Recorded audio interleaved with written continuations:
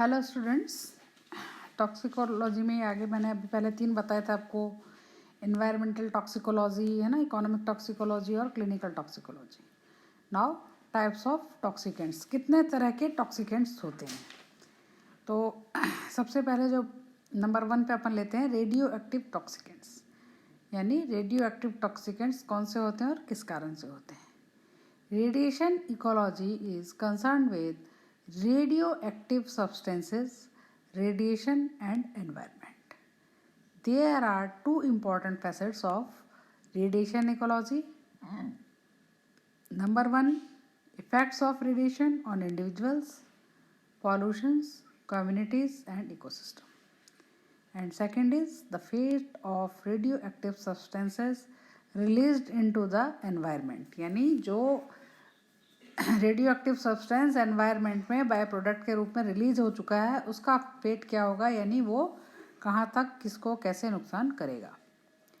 Naturally occurring radioactive elements are present in the rocks and air and in all living organisms. Now kinds of radiation. 2 major types of radiation are released by nuclear disintegration or man made devices. जितने भी nuclear plant या दूसरे man made nuclear devices होते हैं, इसमें 2 तरह का radiation होता है। Number 1 electromagnetic radiation and number 2 is particulate radiation. Number 1 this form is similar to light in its physical properties. यानी जैसे लाइट की फिजिकल प्रॉपर्टी होती है, वैसे ही इलेक्ट्रोमैग्नेटिक रेडिएशन की प्रॉपर्टीज होती है।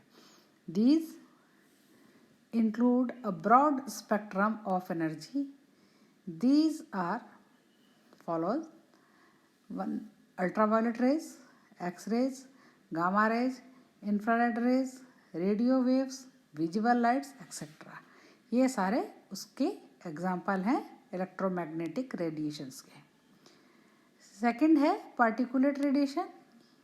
They consist of particles ejected from atoms of high speed and often with tremendous energy. These have electron, proton and neutron. This type of radiation include beta particles, alpha particles, boron particles, energetic neutrons, cosmic rays. यानी देखो, पहले वाला जो radiation था वो तो सारा ये एक्सरे, इंफ्रारेड इस तरह के इनविजिबल रूप में था, जिसकी की प्रॉपर्टीज लाइट से मिलती जुलती थी।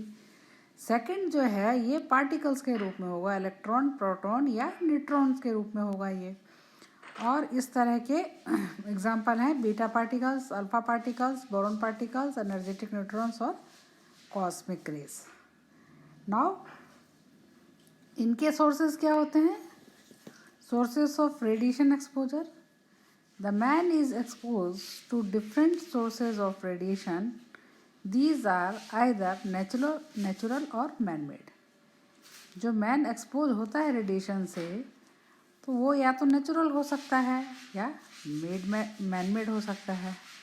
नेचुरल सोर्सेज में क्या है, cosmic rays, environmental rocks, water, air, living organisms के जो इंटरनल वो होते हैं। Radionucleus of radiation, thorium, uranium and isotopes of potassium and carbons are very common in soil, rocks, air and water. Radioactive gases like thoron and radon are present in air though with low values. ये gases जो है कम मात्रा में अपने environment में present रहती है और ये एक रेडियो एक्टिव पदार्थ की तरह से काम करती है और ये नेचुरल सोर्स में आता है। कॉस्मिक रेज भी नेचुरल सोर्स में आता है। कुछ तरह की चट्टानें होती है उसमें भी, जैसे कि ये कुछ नाम बताएं आपको, रेडियम और थोरियम, यूरेनियम, ये सारे नेचर में पाए जाने वाले रेडियो एक्टिव चीज़ें हैं, जिससे कि रेडिएशन का एक्सपोजर हो सकता है। मैन मेड सोर्सेज कौन से हो सकते हैं।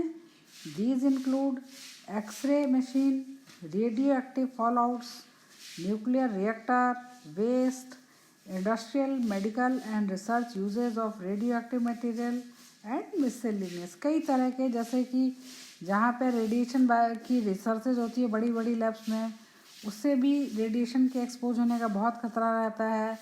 जहाँ ये एक्सरेज मशीनें होती है, सिटी स्कैन की मशीनें होती है, यहाँ पर बहुत खतरा होता है रेडिएशन से एक्सपोज होने का, और ये सारे मैन मेड सोर्सेस होते हैं। ओके, तो ये तो आपका हो गया सारा सोर्स क्या होता है, नेचुरल रेडियो एक्टिव चीज़ें क्या होती है और मैन मेड क्या होती हैं, दूसरा इन दोनों का सोर्स क्या होता है।